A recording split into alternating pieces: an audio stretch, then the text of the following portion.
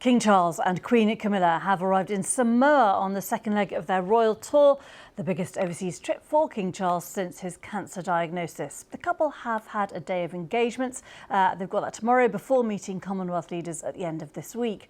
Our Australia and Pacific correspondent Katie Watson sent this from Samoa. This small island nation extended a big welcome to the King and Queen.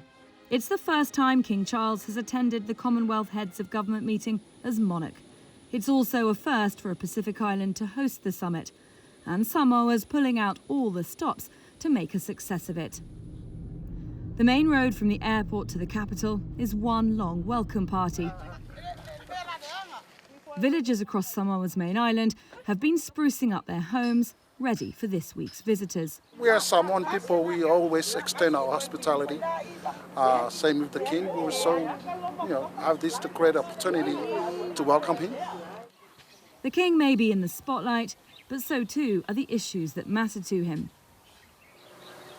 And they're issues that also matter to islanders.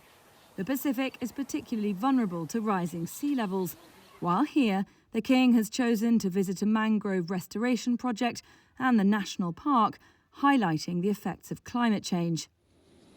It's a packed schedule in Samoa, as it was in Australia. On Friday, he'll be speaking to Commonwealth leaders before flying back home. Katie Watson, BBC News in Samoa. Well, Samoa is a Pacific island nation made up of 9 islands and with a population of just 218,000 people.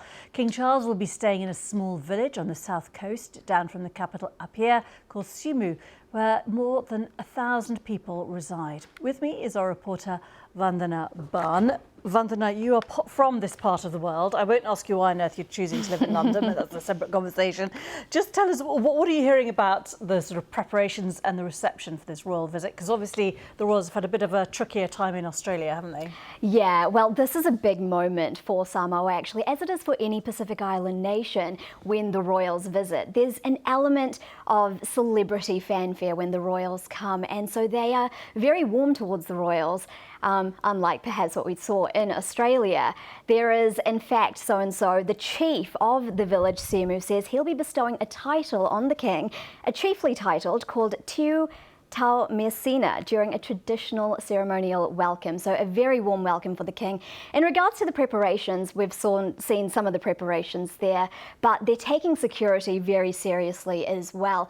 In the village of Simu, the men have been called in to enforce nightly curfews in the village while the king is there, and that's not uncommon in Pacific Island nations.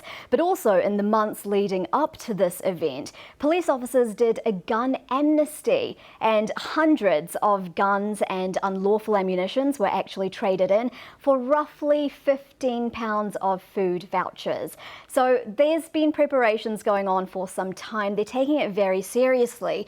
As many leaders are saying, this is Samoa's time on the global stage. You know, we might see the King and Queen strolling down some beautiful beaches through some gorgeous sceneries, and many are hoping that that's really going to boost Samoa's tourism and economy. Obviously, climate change is a key issue in this part of the world. But is reparations, as we've seen that issue debated, for example, in the Caribbean, is that an issue here? I think, like we saw the heckling in Australia, we might not see the same thing in Samoa. In terms of reparations and the anger in Samoa, that's more towards climate change, like you mentioned, and as it is for other Pacific Island nations, so there might be some climate protesters. But in terms of the slave trade reparations in the Caribbean that we've seen and the calls for an apology, it's key to note that Pacific Island nations and Samoa don't necessarily share the same slave trade history as those nations. And I can say that for myself as a Fijian Indian, that my ancestors and other Fijians didn't go through that. Rather, it was labourers, which is a much more forgiving idea. So not necessarily going to see that, but that's not to say that settlers and settler violence didn't occur in these countries. We can't forget that. There were the Germans in Samoa, followed by the Brits and New Zealand did actually apologise for some of the events that happened during their rule in Samoa. Well, Vandana, if you're going back home on holiday, I'm coming with you. The pictures look amazing, and from what you've told us, it sounds gorgeous. Thank you so much for being with us.